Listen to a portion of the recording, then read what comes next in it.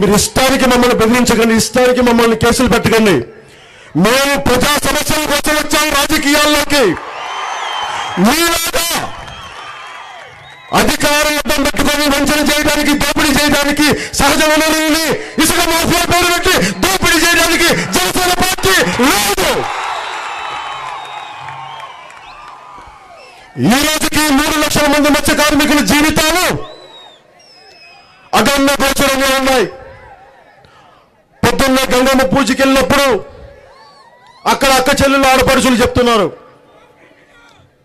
మా పిల్లలకి సరైన వైద్యం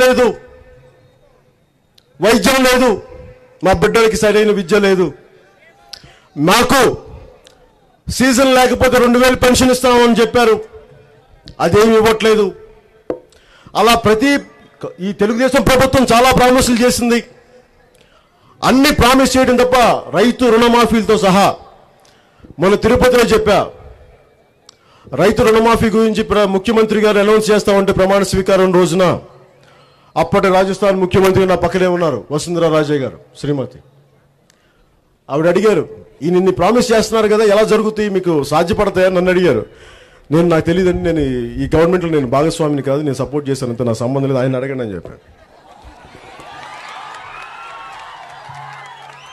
మరి ఆయన అడిగారో లేదో మనకు తెలీదు.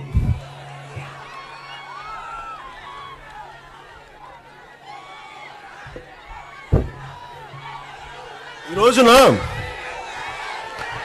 మాట్లాడితే ఏమంటారు, మనల్ని వైఎస్ఆర్సీపీ నాయకులు మనల్ని తిట్టే, తెలుగుదేశం పార్టీ నాయకులు తిట్టే, బీజేపీ నాయకులు తిట్టారే. మేము ఎవరి పక్షం, ముగ్గురు మేము ఎవరి పక్షం అనుకో, మేము ప్రజాపక్షం, మేము ప్రజల పార్టీ. మనం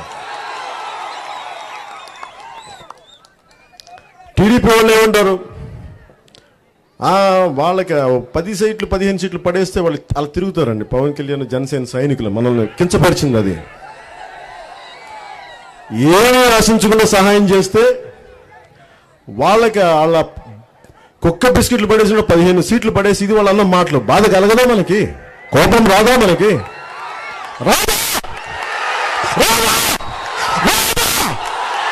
వస్తుంది. కానీ అంటే మీరు పడేస్తే భిక్ష వేయడానికి ఏమనుకుంటున్నాం, మేము జన సైనికులం, ప్రజల కోసం పనిచేసే వాళ్ళం.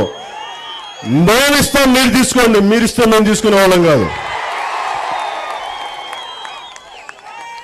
మీలాగా అధికారం అనేది ఒక వర్గానికో కొద్ది కుటుంబాలకు పరిమితం చేసే వ్యక్తులం కాదు.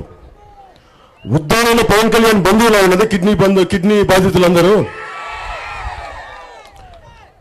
సమస్య మా శత్రువర్గానికి వచ్చిన మా మీద దాడి చేసిన వాళ్ళకి కూడా మేము సహాయం చేస్తాం. జనసేన పార్టీ సంస్కారం అది. ప్రజాస్వామ్యంలో అందరూ సమానంగా నమ్ముతాం.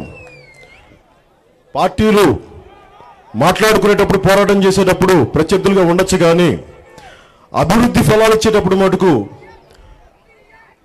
మనం కానీ ప్రభుత్వం 2019లో ఏర్పాటు చేస్తే 2019లో మీ సహాయ సహకారాలు ఉండి, మీరు చిత్తశుద్ధిగా ఉండి, త్రికరణ శుద్ధిగా ప్రతి ఆడపడుచుని, ప్రతి ఒక్క చెల్లెలికి చెప్పండి, ఒక సరికొత్త ప్రజాప్రభుత్వం వస్తుంది 2019కి అని చెప్పండి. ఇసుక మాఫియాల పేరుతోటి దోపిడీ చేసే ప్రభుత్వాలు కాదు, కిడ్నీ నిర్మూలన చేసి, కిడ్నీ వ్యాధులు నిర్మూలించి అందంగా నిలబడే ప్రజా పార్టీ జనసేన పార్టీ అని చెప్పండి. కష్టపడదాం, నేర్చుకుందాం. ముఖ్యమంత్రి గారు పుట్టగానే రాజకీయాలు వచ్చేసినాయా, కష్టపడి చదవాలా, అలాగే మనం కూడా కష్టపడతాం, మనం కూడా నేర్చుకుంటాం. వీడియో నచ్చిందా? అయితే ఓ లైక్ వేసుకోండి, లేదంటే ఓ కామెంట్ చేయండి. ఎప్పటికప్పుడు మా వీడియోస్ చూడాలంటే సబ్స్క్రైబ్ చేసుకోండి.